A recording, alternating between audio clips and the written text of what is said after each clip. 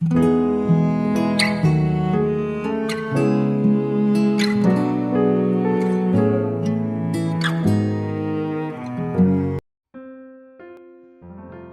selamat pagi, saudara yang dikasihi Tuhan Yesus.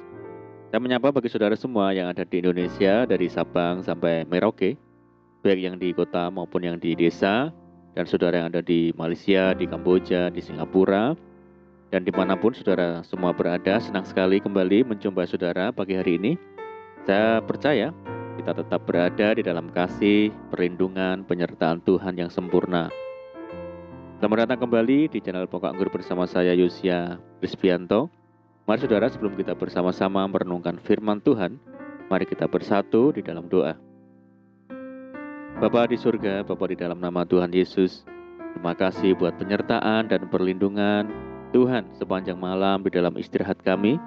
Dan pagi hari ini kami boleh bangun dengan kekuatan, dengan sukacita yang baru yang Tuhan beri bagi kami. Dan Tuhan, sebelum kami beraktivitas pada hari ini, kami sungguh rindu untuk merenungkan firman Tuhan. Mari ya Tuhan, terangi hati kami dengan firman-Mu, ajar kami ya Roh Kudus untuk kami dapat mengerti dan memahami segala kehendak Tuhan bagi kami. Terima kasih ya Tuhan, ini doa kami, hanya di dalam nama Tuhan Yesus Kristus kami berdoa. Amin. Baik saudaraku, kita akan membaca bersama-sama di dalam Yohanes 13 ayat yang ke-34. Aku memberikan perintah baru kepada kamu, yaitu supaya kamu saling mengasihi. Sama seperti aku telah mengasihi kamu, demikian pula kamu harus saling mengasihi. Puji Tuhan. Saudara, kita adalah manusia sebagai makhluk sosial. Artinya, kita diciptakan untuk hidup, bersosialisasi, dan berinteraksi dengan orang lain di sekitar kita. Sebagai makhluk sosial, Tuhan memerintahkan agar kita hidup di dalam kasih. Sebab kasih itu dibutuhkan oleh semua orang yang ada di dunia ini. Tanpa kasih, dunia ini akan dipenuhi oleh pergolakan, kacau balau, bahkan diwarnai oleh pertumpahan darah. Tetapi dengan kasih, segala bentuk permusuhan dapat ditundukkan di bawah kaki Kristus. Bagaimana caranya agar kita hidup di dalam kasih? Yang pertama adalah memiliki sikap saling berbagi. Kita patut mencontoh kehidupan gereja mula-mula, di mana mereka hidup rukun dan sungguh-sungguh mempraktekkan kasih. Jemaat saling terikat oleh kasih yang sangat kuat dan mendalam, sehingga rela untuk saling berbagi. Milik seseorang bukan lagi sebagai miliknya sendiri, tetapi milik bersama. Segala kepunyaan mereka adalah kepunyaan bersama, dan selalu ada dari mereka yang menjual harta miliknya, lalu membagi-bagikannya kepada semua orang sesuai dengan keperluan masing-masing. Hal ini menegaskan bahwa kehidupan Kristen harus saling memperhatikan, saling berbagi yang berkaitan dengan kebutuhan mendasar, yang kuat menanggung yang lemah. Yang kedua, saudara, saling menolong. Kita selalu membutuhkan orang lain untuk saling menolong, menopang, dan melengkapi satu sama lain. Karena kita tidak pernah lepas dari situasi-situasi yang sulit, kesesakan, penderitaan, kerepotan, sakit penyakit, dan kelemahan-kelemahan lainnya. Maka kita memerlukan pertolongan dari orang lain. Paulus menasihati, bertolong-tolonganlah menanggung bebanmu, demikianlah kamu memenuhi hukum Kristus.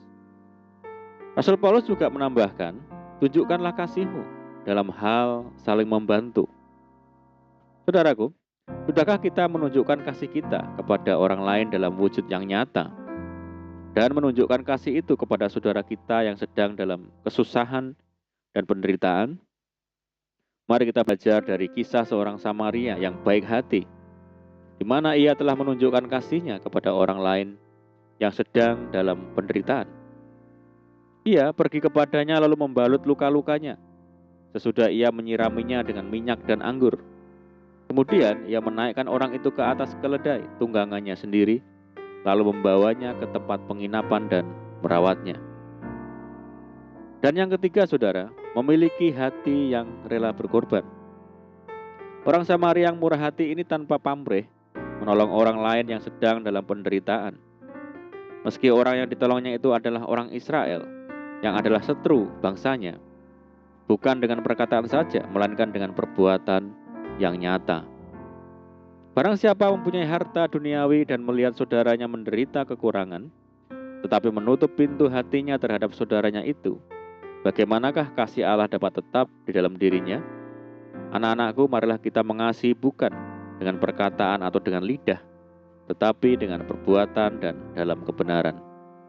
Saudara, pada saat orang lain tertimpa musibah, adakah hati kita tergerak memberikan pertolongan? Inilah yang disebut empati, memiliki perasaan yang sama seperti perasaan orang yang sedang mengalami penderitaan, dengan tidak mempersoalkan siapa, mengapa, dan di mana. Menunjukkan kasih terhadap sesama bukan dengan cara mengatakan hal-hal yang muluk-muluk atau janji-janji, tapi harus dengan tindakan kasih yang nyata. Yang dimaksud dengan sesama manusia bukan hanya teman atau satu suku, pendidikan sama, agama sama, dan sebagainya, tetapi semua umat manusia yang Tuhan izinkan untuk kita temui dan menjadi berkat bagi mereka, termasuk orang yang membenci kita sekalipun. Saudara, bagi orang percaya, mengasihi bukanlah pilihan yang bisa ditawar, namun perbuatan yang wajib dilakukan dan harus menjadi gaya hidup kita.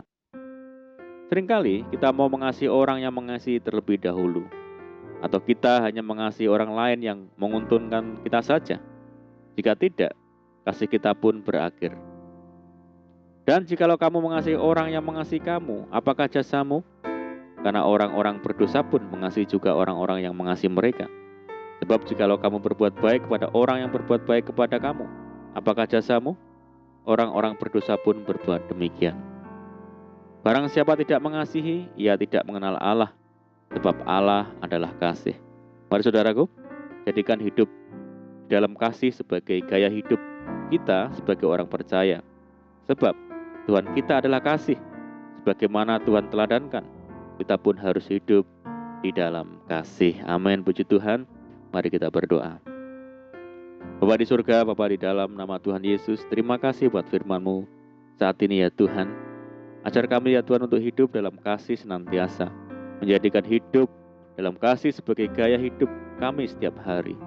Terima kasih ya Tuhan, saat ini kami menyerahkan hidup kami hari ini ke dalam tangan Tuhan. Berkati kami hari ini, berkati segala usaha dan pekerjaan yang kami lakukan lewat tangan-tangan kami ya Tuhan. Dan jadikan kami hari ini beruntung, jadikan kami hari ini berhasil. Sertai kami hari ini ya Tuhan dengan penyertaan Tuhan yang sungguh sempurna. Dan mohon petunjuk-Mu ya Tuhan sehingga kami hidup sejalan dan seturut dengan segala rencana dan kehendak Tuhan. Mari ya Tuhan, limpahi kami dengan sukacita dan damai sejahtera hari ini ya Tuhan. Dan jauhkan kami dari segala sakit penyakit, mara bahaya dan malapetaka. Kami berdoa bagi kesejahteraan kota kami, desa kami, daerah kami, dan bangsa kami yang saat ini menghadapi berbagai macam masalah dan khususnya pandemi.